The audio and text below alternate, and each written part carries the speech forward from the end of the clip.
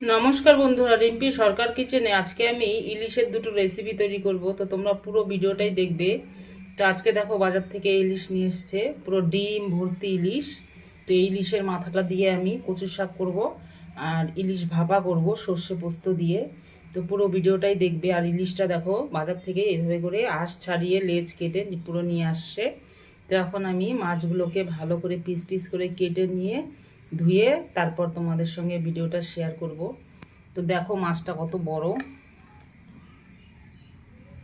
প্রায় 1 কিলো ওজনের ইলিশটা। পুরো ভিডিওটাই দেখবে তোমরা। নমস্কার বন্ধুরা, রিম্পি সরকার কিচেনে আজকে আমি ইলিশ ভাপা বানাবো। তো ইলিশ ভাপা বানানোর জন্য আমি প্রথমে ইলিশগুলোকে ভালো করে মেখে নিব। প্রথমে দিয়ে দিচ্ছি হলুদ, এরপর দিয়ে দিব আমি লবণ, এরপর এখানে আমি সর্ষে পোস্ত আর কাঁচা লঙ্কা বেটে নিয়েছি, তো সেটা দিয়ে দিচ্ছি।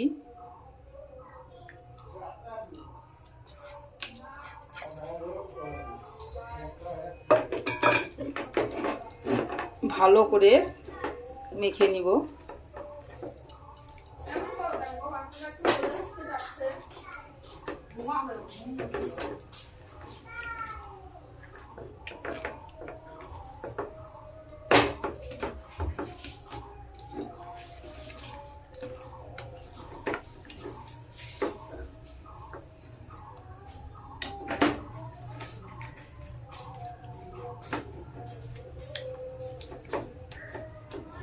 ভালো করে মেখে নিয়েছি।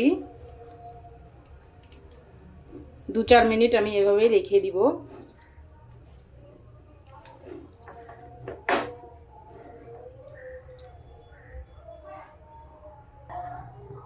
তো কড়াই গরম হয়ে গেছে, আমি প্রথমেই দিয়ে দিচ্ছি তেল। আজকে ইলিশ ভাপাটা আমি কড়াইতেই বানাবো।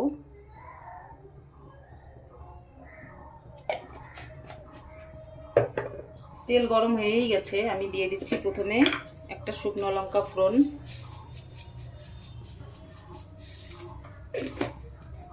আর দিয়ে দিচ্ছি একটু সামান্য কালো জিরে,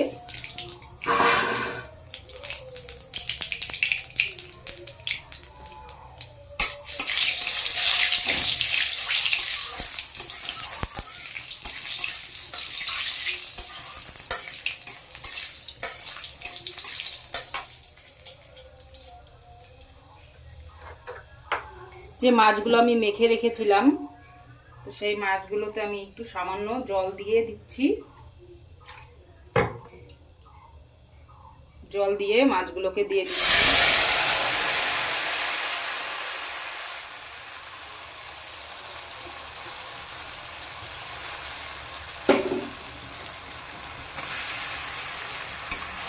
এভাবে করে হালকা হালকা করে নাড়া দিতে হবে।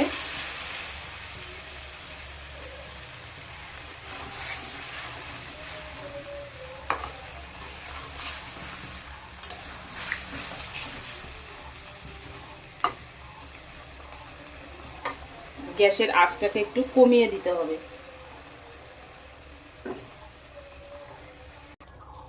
এখন আমি উপর থেকে 4-5টা চেরা কাঁচা লঙ্কা দিয়ে ঢাকা দিয়ে দিব। ঢাকা দিয়ে দিলে ভাপাতেই সিদ্ধ হয়ে যাবে। চলো তাহলে ঢাকাটা খুলে দেখে নিই ইলিশ ভাপা কতদূর হয়েছে। বাহ, খুব সুন্দর গন্ধ বেরিয়েছে। এভাবে করে কিন্তু হালকা হালকা নাড়া দিতে হবে, নাহলে কিন্তু মাছ পুরো ভেঙে যাবে।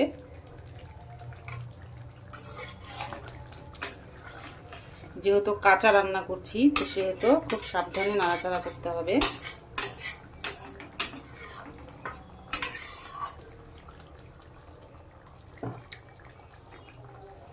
তো আমি আবারও একটু ঢাকা দিয়ে দিব।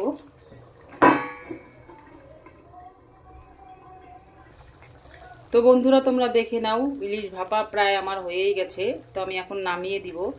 তো নামানোর আগে আমি উপর থেকে গ্যাসটা বন্ধ করে দিয়ে উপর থেকে একটু কাঁচা সর্ষের তেল দিয়ে দিচ্ছি। তাহলে কিন্তু খেতেও ভালো হবে আর গন্ধটাও খুব সুন্দর হবে। দিয়ে দিলাম কাঁচা সর্ষের তেল। তো বন্ধুরা দেখে নাও, আজকের আমার ইলিশ ভাপা হয়ে গেছে। তো কেমন লাগলো রেসিপিটা অবশ্যই কমেন্টে জানাবে।